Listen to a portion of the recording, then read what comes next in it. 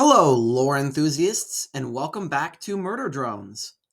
In this video, I will be analyzing Episode 3, The Promening. During this episode, we get a lot of info on Doll, the abilities of the Absolute Solver, an epic fight scene, and a crazy reveal at the end. I'm going to be going in depth into everything I just mentioned and more, so stick around until the end to fully grasp the lore that this episode gives us. Also, Episode 3 is loosely based on the horror film Carrie, directed by Brian De Palma. In this movie, Carrie White, a shy, friendless teenage girl who is sheltered by her domineering religious mother, unleashes her telekinetic powers after being humiliated by her class at her senior prom. Doll will represent Carrie in this case, as she is the outcast who will reveal her powers at senior prom. Also, just like my previous analyses, I will not be spoiling anything past this episode, so you only need to have watched up until episode 3 to understand this video. Now that all that's out of the way, let's start episode 3. We start off by seeing a balloon banner of Prom 3071, which tells us that this series takes place during the year 3071, over 1,000 years in the future. Next, we see a girl running past a bulletin board with 4 missing drones posters. Doll uses the Absolute Solver to crack her glasses, and we briefly see a glimpse of her display. On the top, it reads Error, Optical Calibration, and her vision, which fluctuates between 20 out of 151 and 20 out of 170. On the bottom right, we can see Lol, nice vision, and also on the bottom right, we see that this drone's name is Kelsey. And finally, on the bottom left, we see that Kelsey is actually in survival mode right now, as she was just running for her life. Then we see Doll whip out the same red Absolute Solver symbol that we saw at the end of episode 2. You can see it fluctuate between different modes here. Fun fact, each mode actually has a different use. Some user on Reddit figured all of them out, and I'll put up a picture here so you can pause and read if you like. Anyways, Doll uses the Absolute Solver to rip off Kelsey's arm, then to summon and duplicate a butcher knife to finish her off. We can now assume that Doll was the murderer of these 4 drones in the missing posters, since she just killed Kelsey. We cut to a shot in Doll's room, where we can see the same cockroach-looking robots we saw at the end of last episode, licking up oil from the floor. Then Doll uses telekinesis, one of the powers of the Absolute Solver, to put away her books from her backpack and to cross off Kelsey's name from the prom queen voting form. Also, we can see the other names Angela, Dylan, Kenzie, and Lanny, all of which are the names on the missing posters. So Doll is killing each prom queen nominee one by one. Kelsey was her final victim. Her reasoning behind this will be explained soon. Also, we can see here that Doll kept the arm she severed from Kelsey in her backpack and brought it back to her room. Again, for reasons that'll be explained soon. The scene ends with Doll saying, "I'm back, Mom, Dad," while looking at the corner of the room. We know from episode 2 that Doll's parents were killed, and that Doll watched them die. What we see here are the bodies of her parents, with thousands of cockroaches crawling on them. We'll get a better visual of their bodies later. We cut to Uzi, who is in sleep mode and feeling guilty about refusing N's help at the end of last episode. The camera zooms out and we can see that Uzi is surrounded by her drawings and theories on the Absolute Solver, as well as a calculus textbook. Also, there's a picture of V on the left with the phrase "V is stinky." Surprisingly, this will come back up at the end of episode 8. We then see the same theory board on the ceiling as we saw at the end of episode 2, now with N's thank you card to Uzi for her being his friend. We see a couple flashes of Uzi going through her day. The first one is in class, where we see Uzi not sitting normally, just like the teacher mentioned last episode. And we also see Brayden with his head still on fire from Uzi possessing him. He shows up a couple more times this episode with his head still on fire.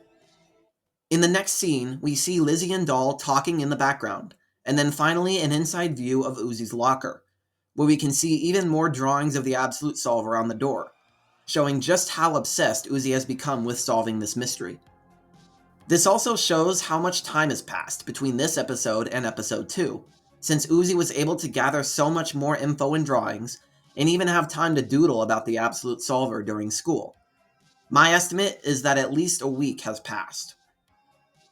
After that, Uzi sees the bulletin board from previously, now with multiple copies of each of Doll's victims, including copies of Kelsey.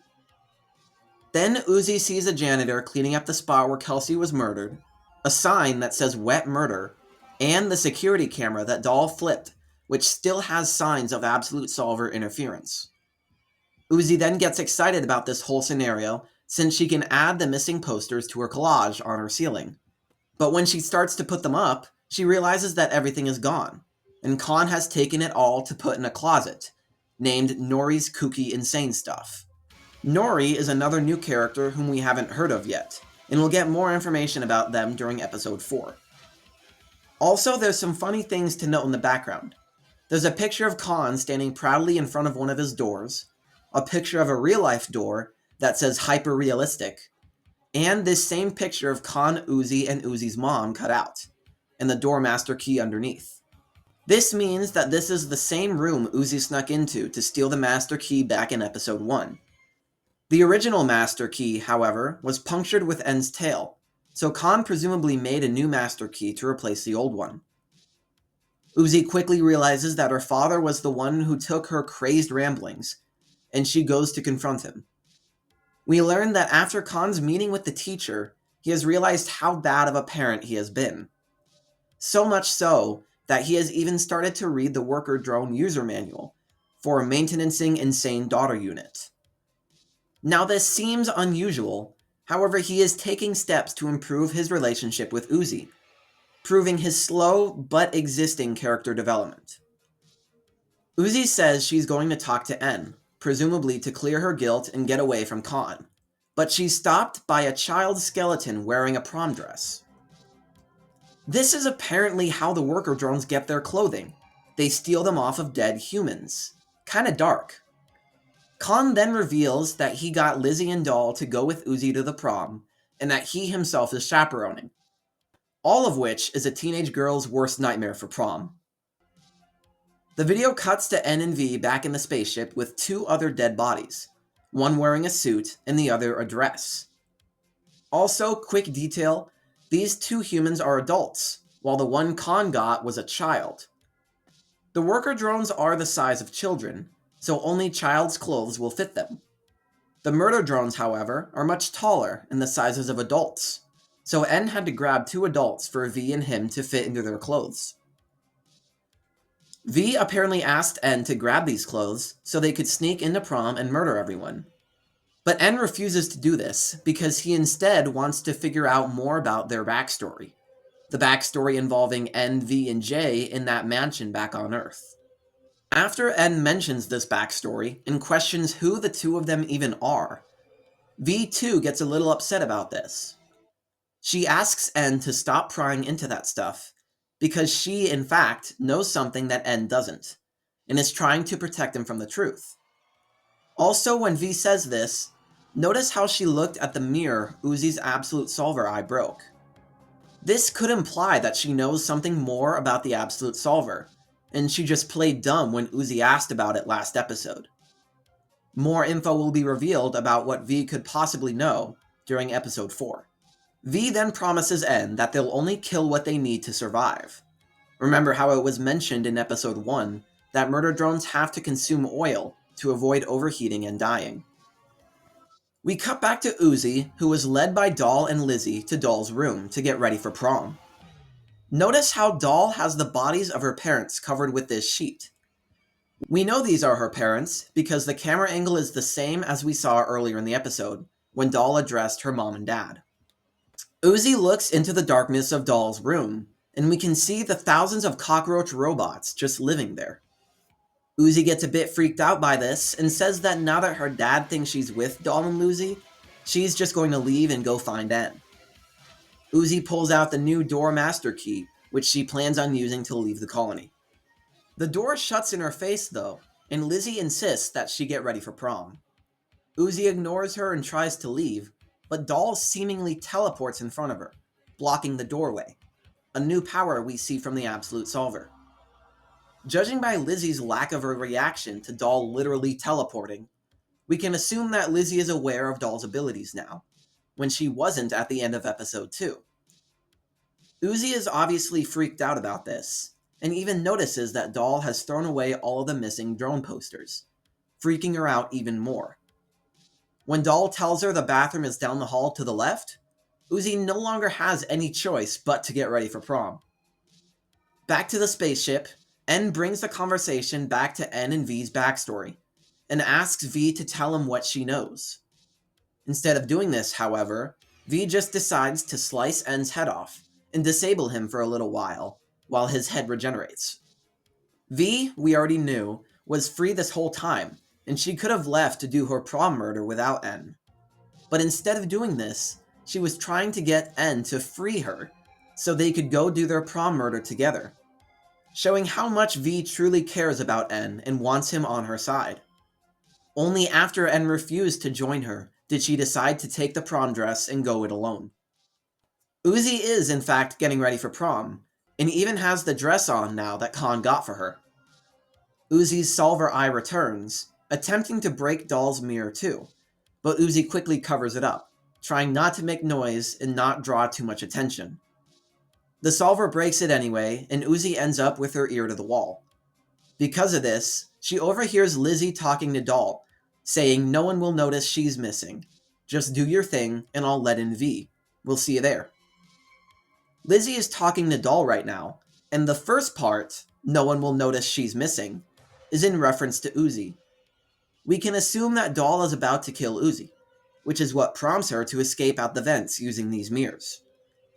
Also, speaking of the mirrors, Uzi found them behind the shower curtain with literal blood on it. Not oil, blood. All of these mirrors are cracked, presumably from Doll's Solver Eye, and the blood is also from the Solver. More info on that will come in later episodes. Also, we can briefly see a funny image on the shower curtain of a toaster taking a bath. A spoof on the phrase toaster bath. If you know, you know. We also got a quick scene of N waking back up and seeing that V took the prom dress and is on her way to murder some drones. N hesitates for a while before eventually deciding to grab the suit and follow after V. After Uzi escapes from Doll's room, she runs out of the colony into the open, using the door master key we saw earlier to open the doors, and runs into N, now wearing his dapper suit.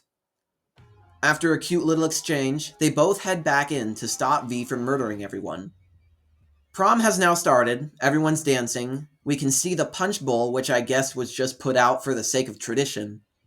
Brayden is still on fire, and Khan is worried that Uzi hasn't shown up. He sent her with Lizzie and Doll, and they're both there when she isn't, so it's understandable why he's nervous. Now, this part is extremely confusing for those watching the episode for the first time. I didn't even fully understand it until around my third watch through. It's basically a double cross within a double cross. I'm going to try to explain it as best I can. So Lizzie and V were hanging out during the time she was supposed to be chained up. V was using this to gain Lizzie's trust and manipulate her into thinking she could let her into the colony to go to prom. V was just planning on killing everyone though, once Lizzie let her in. However, Lizzie was also being used as a part of Doll's plan.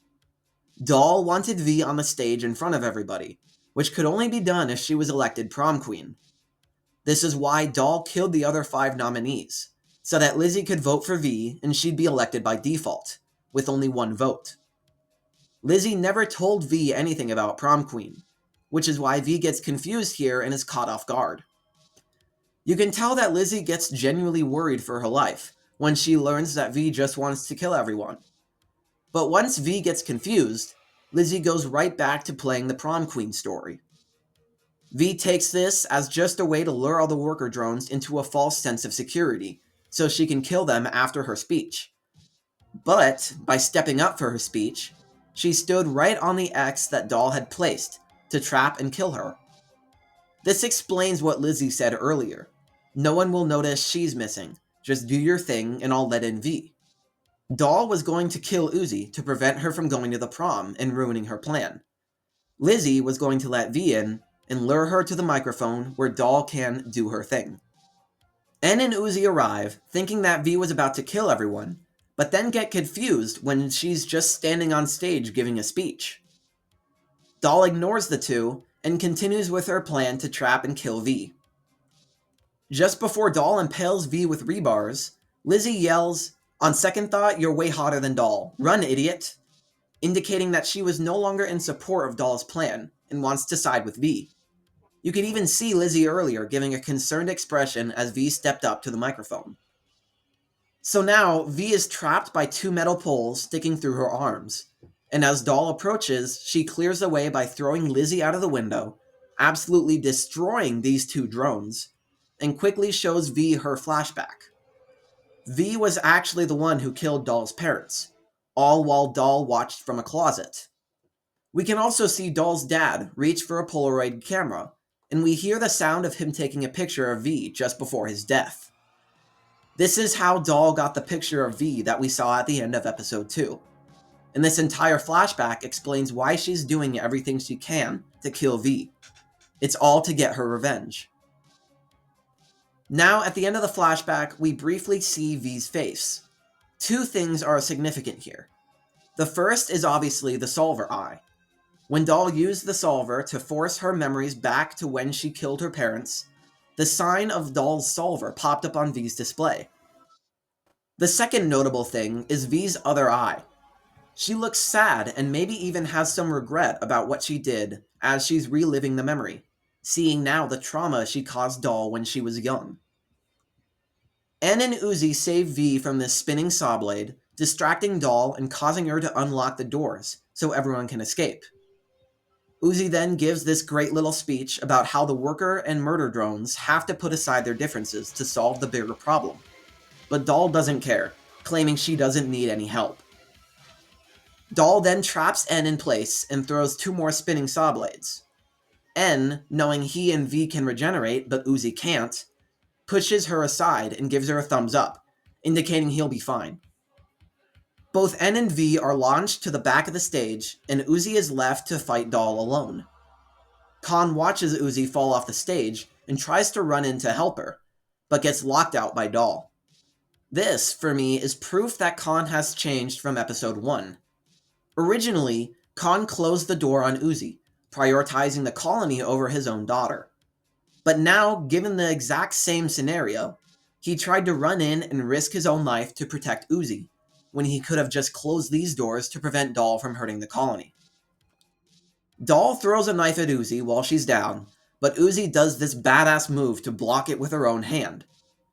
Then Doll tries to use the solver on Uzi, just like she did earlier with Lizzie and these two drones. But it has no effect on her, and we see this error message, like object non-interactive. This means that the solver cannot directly affect another drone who has the solver abilities, but the solver can still throw objects at that drone. This is likely why Doll had a harder time killing V than she did with the other drones, because the murder drones have some of the absolute solver themselves, which is why Doll had to use the rebars to lock V and N in place. Now that Doll cannot use the solver directly on Uzi, she is greatly limited in the ways she has to win this battle. Uzi, we already know, has anime fighting skills, so in this split second, Doll learns that she may be in trouble, especially after Uzi deflects this knife with ease. Doll is now forced to only throw items at Uzi for the rest of the fight. We cut back to N and V putting their limbs back together, and this quick dialogue between V and Lizzie. V calls Lizzie a traitor for colluding with Doll to kill her, and Lizzie calls V out that she was just using her to kill everyone. Again, that double cross within a double cross. Uzi then gets pinned down by the microphone stand and another piece of rebar, and Doll duplicates a knife into 7 knives to throw at Uzi. N blocks them all with his wings, and the two have a quick dance fight scene, building the Newsy ship even more than ever in the Murder Drones fandom. Also, right here, we see Uzi effortlessly bend these two metal bars to escape, reminding us that the worker drones are industrial machinery, designed for heavy lifting, so tasks like these can come easily. To catch Doll off guard, N fires a rocket at the same time that Uzi throws a knife, so that the explosion distracts Doll from the knife, which is why she almost gets sliced in the head. Doll gets back up and launches a bunch more stuff at Uzi, but Uzi kicks a knife back at Doll, which breaks off her bracelet. She then kicks her straight in the face, and V gets the final shot, killing Doll. Or so we were expected to believe. Uzi gets mad at V because they needed Doll for answers, and N points out how V is hiding something, which we learned back in the spaceship. Uzi then picks up the bracelet, and we see it has a key on the end of it to Doll's room. The three head there to investigate, and find a bunch of stripped bodies of worker drones, which explains all the cockroaches since they're attracted to oil. Uzi questions why she kept all the bodies, but then wonders if she was maybe eating them. I mean, we've seen the cockroaches and the murder drones eat oil, but do worker drones? As N approaches the bodies of Doll's parents, I want to point something out. Both N and V almost stepped on a cockroach, but then stopped last second. However, Doll didn't hesitate to crush one at the start of the episode, indicating how much N has changed and how much Doll doesn't care for the lives of other robots. Also, for like 2 seconds, we see V in the background listening with her ear up to the door of the bathroom, which I assume is the bathroom because Doll said it was down the hall to the left, and quickly draws her gun out at the door. I honestly have no idea why she did this, and maybe it's just a funny little Easter egg the animators snuck in, but if there is a plot relevance to this, please let me know. Uzi then is seen contemplating eating the oil herself. We saw her look at a bucket of it earlier as it was glistening, so she might have wondered if it really tasted that good. In the next scene, N uncovers Doll's parents and calls Uzi over, where we see that she had her fingers in her mouth. This means that Uzi literally just ate some worker drone blood, and is passing it off as nothing. More explanation for why Doll was eating oil and why Uzi suddenly got this desire to eat oil will be explained in episode 4. V says this crazy joke that Doll's parents literally didn't even taste that good, and then says that she's not doing okay. I think that right now V is secretly upset about killing Doll's parents and traumatizing her as a child, as we saw at the end of the flashback. But she's playing a tough exterior in front of N to make it look like she's fine. Uzi finds a name tag around Doll's mother that says Yeva048. Yeva is the name of Doll's mom, and the meaning behind this name tag will be explained at the start of episode 7. While the three are examining this name tag, however, Doll teleports behind them, clearly not dead, pulls out the freaking bullet from her head that V shot her with, and shoots it at Uzi. Now, in an insane plot twist, Uzi uses the solver abilities out of nowhere, presumably not even knowing that she could do that, and stops the bullet midair. In these next few scenes, there's a bunch of crazy lore drops. Doll says, "I'm sorry for you," as if the solver's abilities are a curse and not a blessing. The camera zooms into Uzi's necklace that says 002, and has the same symbol on it as Yeva's name tag, and as Doll's bracelet. Doll then says, "If I find what I'm looking for, I'll help you too," implying that Doll is searching for a cure maybe to the solver, and that she'll help Uzi out with it too if she finds it.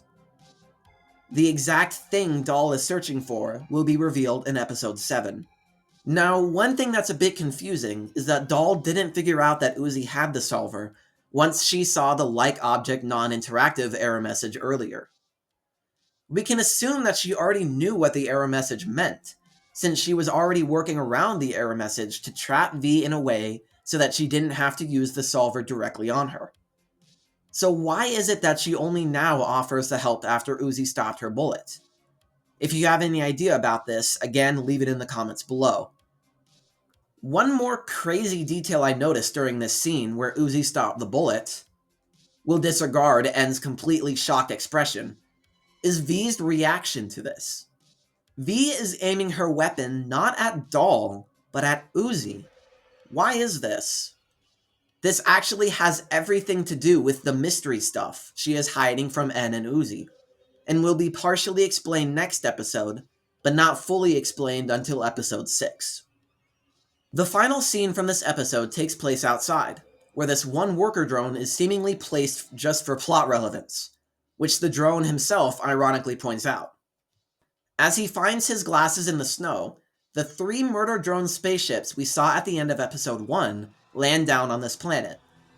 The first 2 appear to be empty and simply crash down into the surface, but the third lands quite gracefully, and Tessa herself, whom we saw at the beginning of episode 2 in N's flashback, jumps out of the spaceship and Jay with her? But Jay was killed at the end of episode 2, right? This will be explained in the start of episode 6.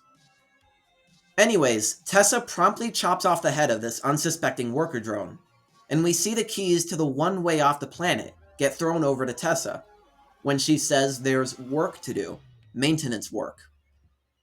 We can assume that Tessa was the one Jay was receiving orders from during their time on this planet, just as En and Uzi talked about at the start of episode 2.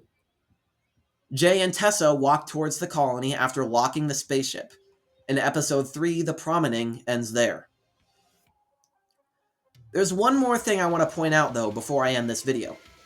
The character of Doll was actually written in a way throughout this series such that it represented what Uzi would have been like if En never entered her life. She would have been excluded from the colony, eventually learned the solver powers, and likely would have gone on a killing spree, just like Doll did to get revenge on the murder drones. Now that Uzi has crossed paths with En, she is trying to figure out the absolute solver, instead of blaming other people for her issues. I'll say this show really has some great writing. Anyways, that's my breakdown of Murder Drones Episode 3, The Promening. I hope you enjoyed it, and if you did, please leave a like and share this video. My analysis on Episode 2 really didn't do that well, and honestly, if this video does just as poorly, then I may not continue with the series. I really enjoyed sharing what I learned with others, but if no one else is enjoying it, then I see no reason to put days of work into these videos for just a few views. Not to be a buzzkill or anything, but please, like the video, so I can keep these videos going all the way through Episode 8. I hope you all have a great day, and see ya!